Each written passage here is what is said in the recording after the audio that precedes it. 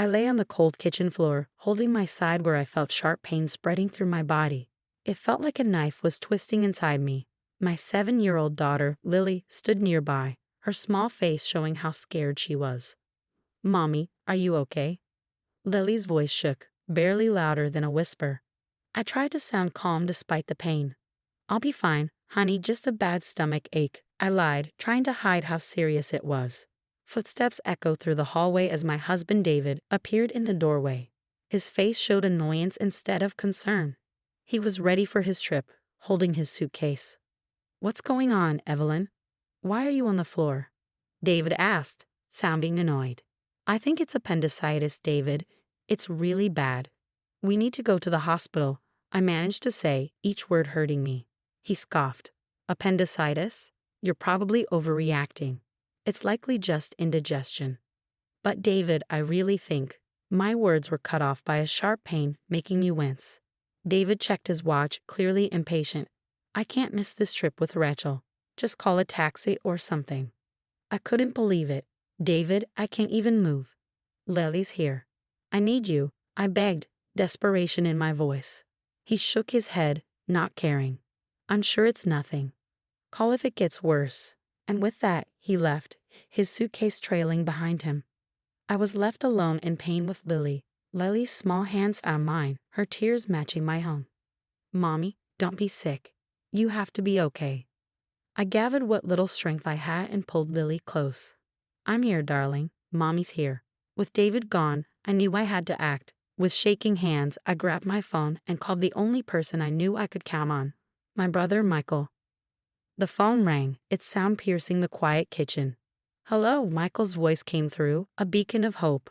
"Michael, it's Evelyn. I need help. I think it's appendicitis. I can't move and Lily is scared," I managed to say, each word a struggle. There was a brief silence, then Michael's voice, calm and steady. "I'm on my way. Hold tight, Evelyn. I'll be there soon." Leaning against the cold tile floor, I closed my eyes, trying to endure the pain. Lily nestled close to me, a small comfort in the midst of turmoil. In that moment, a determination grew inside me. David's abandonment during my crisis wouldn't be forgotten. It was a deep hurt, a betrayal that marked a turning point. As I waited for Michael, one thing became clear: things would change. In the hospital bed later, surrounded by sterile walls and beeping machines, a sense of calm settled in. The surgery for my appendicitis went well, but David's emotional absence still stung. I had called my parents to care for Lily while I recovered, their voices filled with concern and unspoken questions about David's whereabouts. 3 days later, I was back home, the physical pain now a dull reminder of the recent ordeal. Lily greeted me eagerly, her face lighting up at my return. "Mommy, you're back. Are you all better now?" Her innocent question warmed my heart. "I'm getting there, sweetie," I replied, hugging her tightly, grateful for her presence. The peace of our reunion was shattered the next day by the slam of the front door. David and his sister Rachel burst in, their voices filled with frustration. "Why didn't you pick us up yesterday? We had to spend extra on a taxi and train fares." David's accusatory voice rang out as he entered the living room. I felt a surge of anger at his boldness. "Welcome back. Must have been quite a journey," I said coldly, locking eyes with him. David halted, taken aback by my icy reception. Even Rachel seemed surprised by the tension. "What's with the attitude, Evelyn?" David demanded. I couldn't hold back anymore. "While you were enjoying your trip, I was in a hospital," I said, my voice steady but simmering with anger. "And you, Rachel, always demanding David's time without considering his family." Rachel flushed and David appeared bewildered. "What are you talking about? You were fine, right?" he replied, sounding dismissive. "It's not just about being okay, David. It's about being there when your family needs you." I shot back, my frustration boiling over. Before David could respond, the living room door swung open, revealing Michael, our parents, and David's parents. 14 eyes, filled with varying degrees of anger and disappointment, fixed on David and Rachel. "Why is everyone here?" David's voice faltered, his confidence waning under their collective glare. Taking a deep breath, I channeled my pain and betrayal into words. "David, you left Lily and me alone when we needed you the most. I had to go to the hospital, and you weren't there. I've told everything to our families. David seemed to shrink under the weight of my words, his usual bravado absent. His eyes darted around, searching for support but finding none. "It's not just about this one incident, David. It's about all the times you've prioritized Rachel over your own family," my brother Michael added, his disappointment evident in his voice. Rachel, typically confident, appeared uneasy, shifting her gaze between the floor and the upset faces around her. David attempted to defend himself, offering excuses and justifications. The confrontation grew heated, tension thick in the air. But for me, it marked a turning point. I realized I couldn't continue living in the shadow of David's neglect. It was time for change, time to assert myself and protect Lily. The meeting concluded without resolution, but the message was clear. I had the support of both our families, and David's careless facade had been shattered. As they departed, David's parents glanced at me with sympathy, silently acknowledging their son's shortcomings. That night, as I lay in bed, the events of the day replayed in my mind. I felt a mix of emotions: anger, disappointment, but also a newfound strength. David had revealed his true self, and I knew it was time for me to take charge of my life. The days following the confrontation were tense with unspoken words. David tried to act as if nothing had changed, but the atmosphere between us was heavy. I spent that time reflecting, realizing the depth of my discontent and the necessity for change. The decision I reached wasn't easy, but it felt crucial, like a breath of fresh air after being stifled for so long. One evening, while David casually flipped through TV channels on the couch, I approached him with a folder in hand. My heart raced, but my determination held firm. "David, we need to talk," I said, my voice steady. He glanced up, a hint of annoyance crossing his face. "What now, Evelyn?" I took a deep breath and handed him the folder. "I want a divorce." David stared at me, disbelief and mockery flashing across his expression. "Divorce? That's absurd, Evelyn. You're blowing things out of proportion." I shook my head, feeling a surge of empowerment. "It's not an exaggeration. I've thought long and hard about this. You've consistently prioritized Rachel over me and Lily. I can't continue like this." David sneered. "You think you can manage alone? Don't be naive, Evelyn." His words were meant to hurt, but I stood firm. "I'm not naive, David. I understand what this means, but I'd rather face uncertainty than continue feeling invisible in my own marriage." He laughed, a cold, bitter sound. "Good luck, Evelyn. You'll regret this once you realize how tough it is out there." I felt my anger rise, but I kept my composure. "I won't. This is my decision, and I'm sticking to it." For a moment, David seemed like he might argue further, but then he shrugged, a smug smirk on his face. "Fine, have it your way. But remember, I warned you." As he turned back to the TV, dismissing me once again, I felt a whirlwind of emotions. There was fear, certainly, but also a powerful sense of liberation.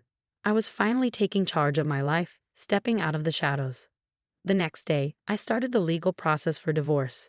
It was overwhelming with all the paperwork and legal steps, but I was determined. My parents and Michael were supportive, offering help and encouragement. During this time, David's true nature became clearer. He was dismissive and uncooperative, trying to intimidate me into giving up.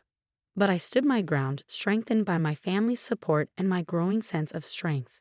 As time went on, David's facade began to crack. The charming, confident man I married revealed himself to be selfish and manipulative, his true self exposed. The divorce proceedings were challenging, but I faced them bravely, each forward step a testament to my newfound determination. I was no longer the woman who lay on the kitchen floor, ignored and in pain. I was reclaiming my life, my dignity, and my happiness. The divorce process was exhausting, marked by David's constant attempts to undermine and demean me. In our meetings, he would sneer and make hurtful remarks about my parenting and my future without him. But instead of letting his words defeat me, they fueled my determination to break free from his toxic influence. "Enjoy your struggles, Evelyn," David taunted in one of our final meetings. "You'll soon see how good you had it with me." His arrogance infuriated me, but I remained composed. I'd rather face challenges every day than spend another moment with someone who has so little regard for his family, I replied firmly. David's smug demeanor briefly faltered, replaced by a flicker of anger. He quickly masked it with a scoff, but I could sense my words had struck a nerve. The day the divorce was finalized brought a strange mix of relief and nervousness. I was finally free from David, yet the road ahead seemed daunting. However, as I walked out of the courthouse, a wave of liberation washed over me. In the weeks following our divorce, David's life began to unravel. His neglectful behavior and our separation became the gossip of his workplace. Colleagues who had once admired him now looked at him with pity and disdain. His charming facade had crumbled, exposing the pettiness and selfishness beneath. News of our divorce spread throughout our community, largely due to my cousin, who was well connected in our neighborhood. David, who had always cared deeply about his image and reputation, found himself the subject of hushed conversations and judgmental stares. Rachel also faced criticism. Her role in our marital problems was now public knowledge, and friends and neighbors began to regard her with suspicion and disapproval. The bond she had with David, once unbreakable in her eyes, now seemed strained and uneasy. One evening, while picking up Lily from school, I overheard a heated argument between David and Rachel outside their house. Their voices dripped with blame and resentment. "It's your fault we're in this mess, Rachel," David yelled, his frustration palpable. "How dare you blame me? You're the one who couldn't hold your family together." Rachel shot back, her voice filled with anger. Their argument was a stark contrast to the united front they once presented. The discord sowed by their actions had finally come to fruition, and now they were facing the consequences. As I walked away with Lily, I felt a sense of vindication. David and Rachel were now grappling with the results of their selfish choices. It was a tough lesson, but one they had brought upon themselves. That night, as Lily slept peacefully in her room, I sat by the window reflecting on the past few months. The journey had been challenging, but it had brought me to a place of strength and self-respect. I had fought for my dignity and for Lily's future. Although the future was uncertain, I felt prepared to confront it with newfound confidence. In the aftermath of the divorce, life settled into a new rhythm, one that was quieter yet more fulfilling. The weight of my unhappy marriage had lifted, replaced by a newfound sense of independence. I began rebuilding my life step by step, with Lily by my side. My first priority was finding a job. The gap in my resume from years spent focusing on motherhood was a concern, but I was determined. After several interviews, I secured a position at a small accounting firm. The firm, led by a supportive woman who valued working mothers, offered a flexible and understanding environment. It was an ideal fit for me. Lily embraced the changes with the resilience that only children possess. She started kindergarten, making new friends and eagerly diving into learning. Her laughter and lively conversations filled our home with happiness, a stark contrast to the tense atmosphere of the past. Yet despite these positive changes, reminders of my past with David lingered. One afternoon, while dropping Lily off at school, I overheard a group of parents whispering, "That's her, Evelyn. Her husband left her because he couldn't stand being around her anymore," one of them said. Their words stung, but I held my head high. The gossip and judgment were small prices to pay for the freedom and peace I now had. Meanwhile, David's life continued to unravel. His pride took a significant hit, and his once flawless reputation was now tarnished. I heard from mutual acquaintances that he had moved back in with his parents, a fact he tried to conceal but eventually became known.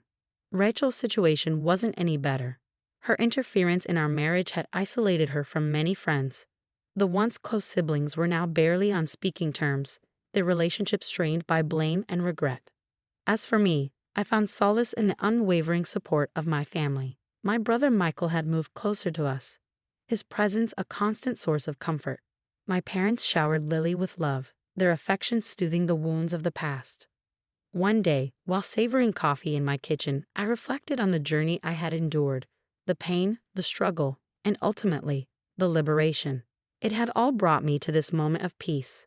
I hadn't just survived. I had emerged stronger and more self-assured.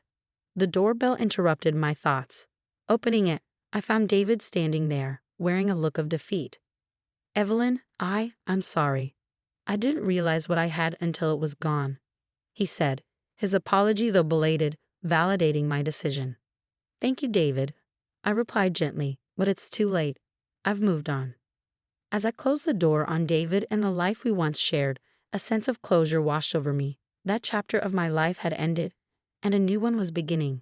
In this new chapter, I was the author of my own story, free to shape my future as I saw fit. Lily's voice called out from the living room, and a smile spread across my face. I walked towards her, eager to embrace the life that lay ahead, a life brimming